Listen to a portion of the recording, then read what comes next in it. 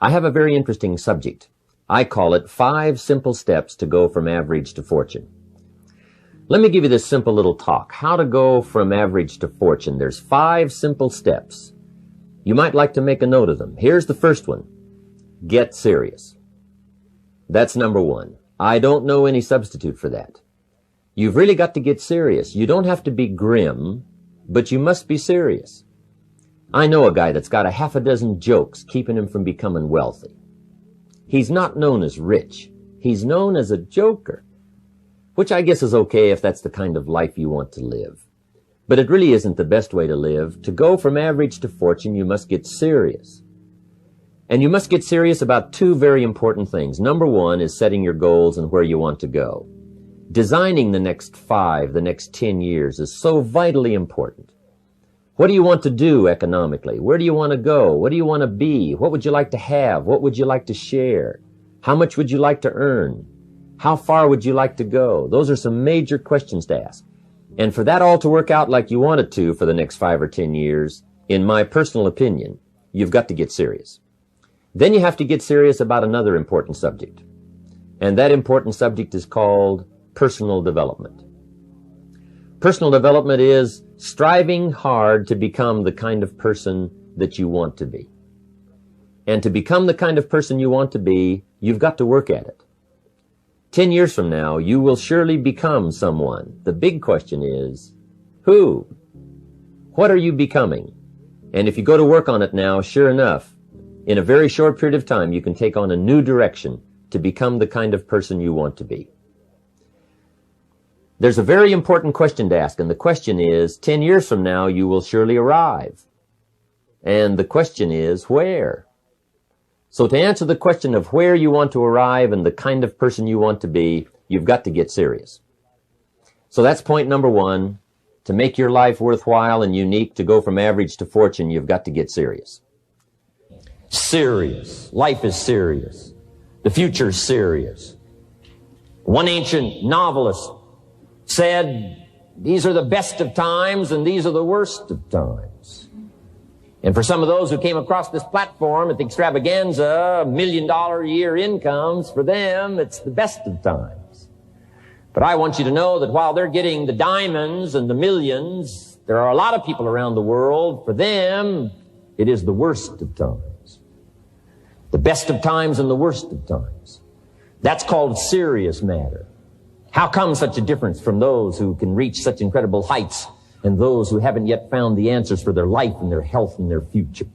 We just have to ponder that and let that give us a note of seriousness. It's serious whether you win or lose. It's serious whether you succeed or fail. It's serious whether you've got a good future carved out for yourself or you do not have. These are serious matters. Matters of the heart are serious. Matters of income are serious. Matters of supporting your family, serious. Are you serious? Why? We got a serious matter here to discuss. We haven't come with the latest 10 stories. We've come with a serious matter. And I want you to take on that serious tone. Now, the second point is, get smart. To make your life work out worthwhile, you've got to have some ideas. You've got to have the information. So you've got to be smart. In fact, in this decade, you must be much smarter than you were in the last decade. You've got to read the books. You've got to come up with the information. When I have a chance to talk to the high school kids, that's the theme of my talk. Get smart. There's nothing worse than being stupid. And if you will read the books, learn from your experiences, do all the things that you possibly can to get the information, sure enough, you'll be wiser this year than you were last year. And I've got a few techniques that I teach in my seminar on how to get smarter, keeping a journal, going to the lectures, going to the seminars, listening to the sermons, picking up ideas from other people. You just must keep up this steady process of learning. Never cease your quest for knowledge. And that's one of the key points to go from average to fortune. Get smart. This is called the possibility for life change starts with education. Don't be lazy in learning. Don't be lazy in picking up the ideas. Don't be lazy in learning from your own experience. Learning is the beginning of wealth. Learning is the beginning of life change. Some people want to start with motivation, but you don't start with motivation. Somebody says, just motivate this guy, he'll be all right. The answer is no, probably not. If a guy's an idiot, you motivate him, now you got a motivated idiot. So education, get smart. Don't miss the training class. You say, well, I've already been to one of those classes. I've already heard it. I got a good phrase for you to take home. That's no sign you got it. Just because you've listened to those millionaire tapes one time is no sign you've got it. I'm asking you to listen to them over and over and over. I'm asking you to dedicate yourself to a new level of learning. Study, learn, grow, change, develop. Never let it be said you didn't learn. Right? If you want to solve your problems, you got to learn. If you want to take advantage of an opportunity, you got to learn. Develop your own personal philosophy here. Philosophy, major determining factor in how your life works out. Each person's philosophy is like the set of the sail. The same wind blows on us all. The difference in where we arrive at the end of the week, at the end of the month, at the end of the year is not the wind that blows. But what's going to make the major difference? Each person's personal philosophy that sets a better sail, sets a better sail. So don't ask for a more favorable wind. That's like wishing something that's not going to occur. Don't ask for better seed and soil. All you got's what's available. Don't curse what you got. The key is to set a better sail and turn what you've got into the miracle of your future. Don't wish it was easier. Wish you were better. Don't wish for less problems. Wish for more skills.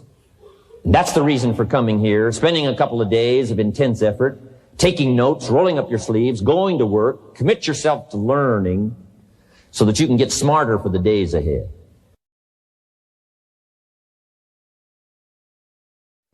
Now here's number 3.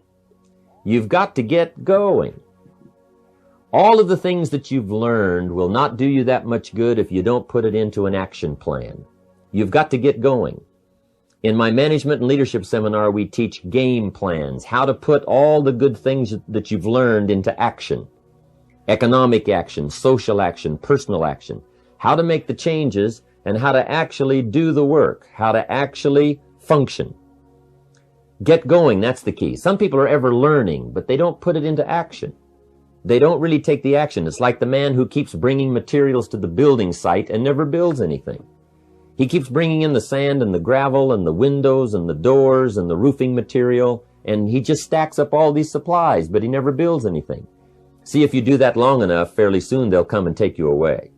You've got to do something with what you've learned. You've got to take action. You've got to get going. So that's one of the most important things to learn, how to design your days, how to design your weeks, how to design the months, so that you take the proper action to get the proper return that you're looking for, whether it's economic or personal. Get going. It's a major key. You got to get going. You got to take action. The disciplines is the miracle process. And here's how to get the miracle of your future going as far as disciplines are concerned. Number 1, do what you can. You might go home and set a whole new pace for yourself, and we call it cleaning up neglect.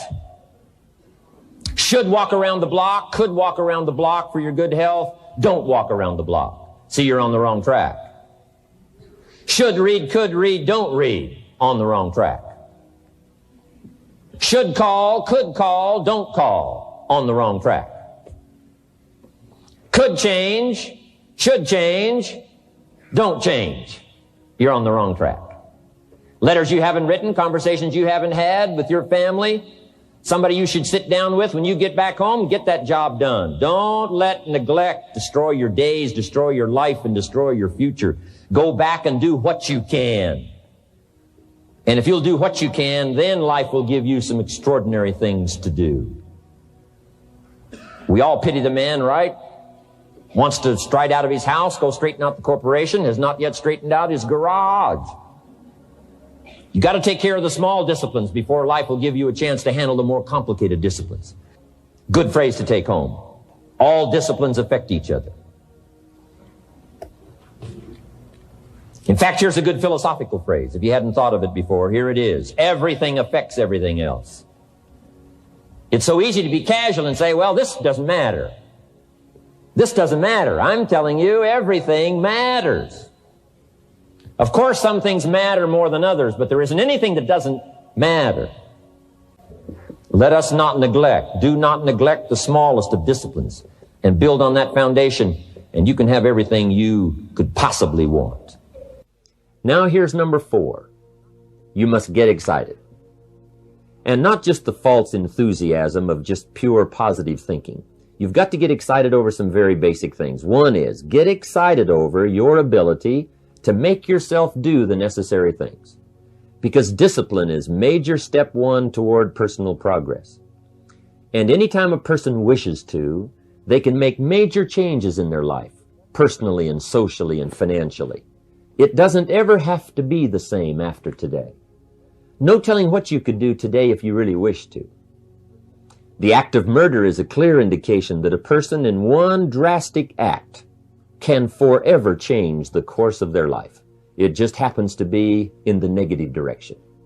What I would ask you to do, starting today, is get excited about committing an act that's positive, an act that's constructive, to make the changes in your life that you want made, and to go the direction that you want to go.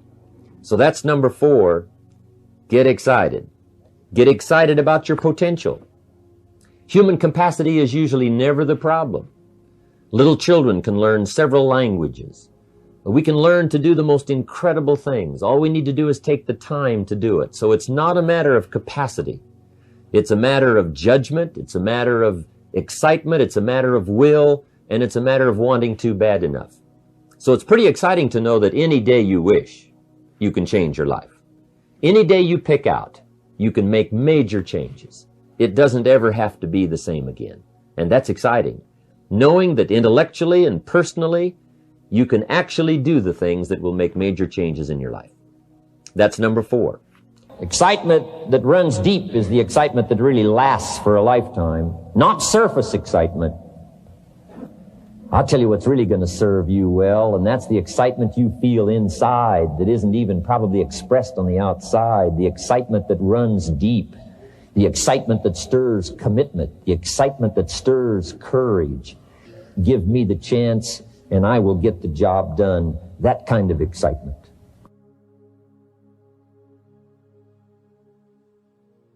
Here's number 5. Number 5 is get away. I have found, especially in the last 15, 20 years, that there's an important thing called life balance. You've got to learn to get away. You must learn to get away and be alone. Learn to get away and reflect. Learn to get away and learn how to live as well as how to earn. How sad it would be to learn how to earn well, but not learn how to live well. You must balance your life.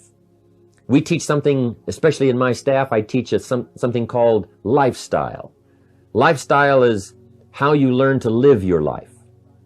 Some people have money, but they don't even know how to spend it. They have time, but they don't know how to spend it. Some people are successful, but they don't know how to spend their success. They don't know what to do with it. They don't get joy from it. Rather, they get animosity. A father takes $5, crushes it, and throws it at his son and says, if you need it that bad, take it. Now, it's the same $5. But instead of dispensing it with joy, he dispenses it with animosity. That's the difference in not knowing how to live. It's called lifestyle. Then you've got to take time to cultivate good friends. You've got to take time to be with your family. You've got to take time to be with the people who are important to you, designing your life in those respects. Get away. Take the time. Reflect on your life. Recharge your batteries. Do some growing away from your enterprise. Then when you come back to your enterprise, after you have taken this time to balance your life, you will find that on the job, working on your enterprise, things will really go much better. So those are the 5 simple steps to go from average to fortune. Get serious. Get smart. Get going. Get excited, and get away. I hope those points will be valuable for you as you consider them. And I want to thank you for giving me this few minutes of your time. And for you giving me some of your time, I would just like to sincerely share this with you. Do not walk in front of me. I may not follow. Do not walk behind me. I may not lead. But walk beside me and be my friend.